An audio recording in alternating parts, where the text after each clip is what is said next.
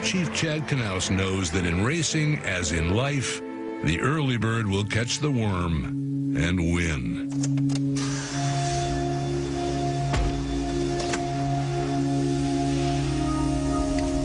All right, just so you guys know, we were supposed to leave at 6:10. We're leaving at 6:23. We enjoy trying to win races and trying to win championships. Winning is great, but the effort that you put in to try to win is really where the passion lies. We really, really enjoy trying to beat the competition. This place never sleeps, man. Always something going on. But nothing goes on here that's unplanned or unstructured, with the goal of victory the guiding force. At Hendrick Motorsports, the facts speak for themselves. I got a meeting. Their way of doing things certainly ain't broke. Gentlemen. No need to fix it. So they stick to the routine that got them this far. Sure. And see how much farther they can go. There's a lot of people that don't want to come to work here because the expectations are so high. Job assessment is a constant around the number 48 team. There is pressure because there are no guarantees. Get your job done and done well, or you're gone.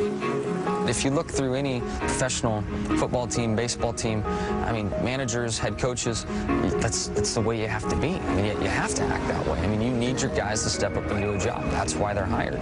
Tire on there. Turn the wheel left. Turn the wheel left. Get the tire on there. Hurry up. Hurry up. As tough as I can be and as mean as I can be and as cranky as I can be from time to time, Jimmy understands that the only reason I'm like this is because I want to win races. Back him up. Back him up. Back him up. Stop. Stop. I'm sorry, guys. I'm going to get your eyes checked this week. If you share that same desire to win as he does, you're okay with it. I mean, yeah, sometimes you get laced, but you might need it. You know, you got to toughen up. This is a professional sport. It's not a bunch of fun-loving people running around telling you it's going to be okay. I mean, you got to go out on the track and produce. Ready, guys? Have to work for this one for sure. We've never been afraid of a little bit of work. Improving is a complex process. It requires objectivity in assessing both past successes and failures. There are valuable lessons to be learned from both.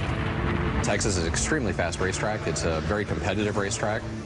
I'll watch 2 or 3 Texas races this week just to kind of get familiar with what's going to happen at the racetrack.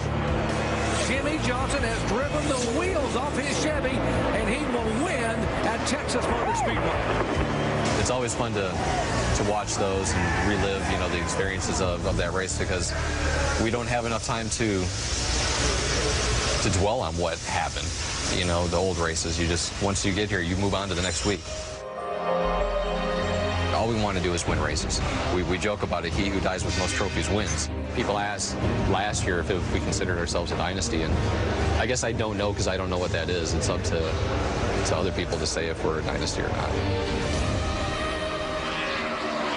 The last 2 seasons, Jimmy Johnson has come to Texas with a 180-point minimum lead in the standings. And this year, Jimmy, the closest chase in NASCAR history. All 3 of you separated by 38 points. So what best summarizes your approach today? Do you play it safe, be patient, and choose your battles? Or do you apply the pressure and go to the front as soon as possible?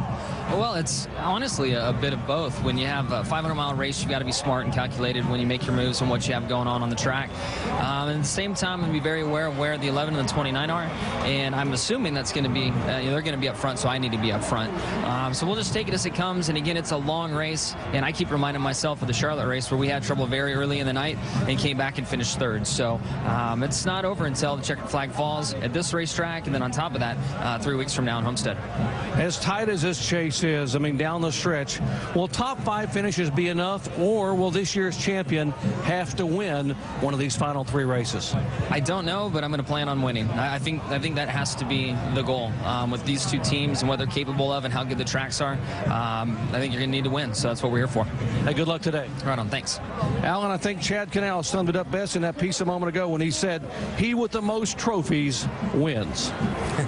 And Chad Knaus never resting as he touches up the tape on the front end of the 48 car on the grid as it gets ready to start this 500-mile race under the watchful eye of a NASCAR official.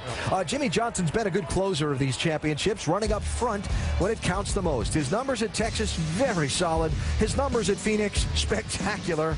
Homestead, he really hasn't had to race as hard the last few years, but I wouldn't figure he'll be terrible there either come November if it comes down to it.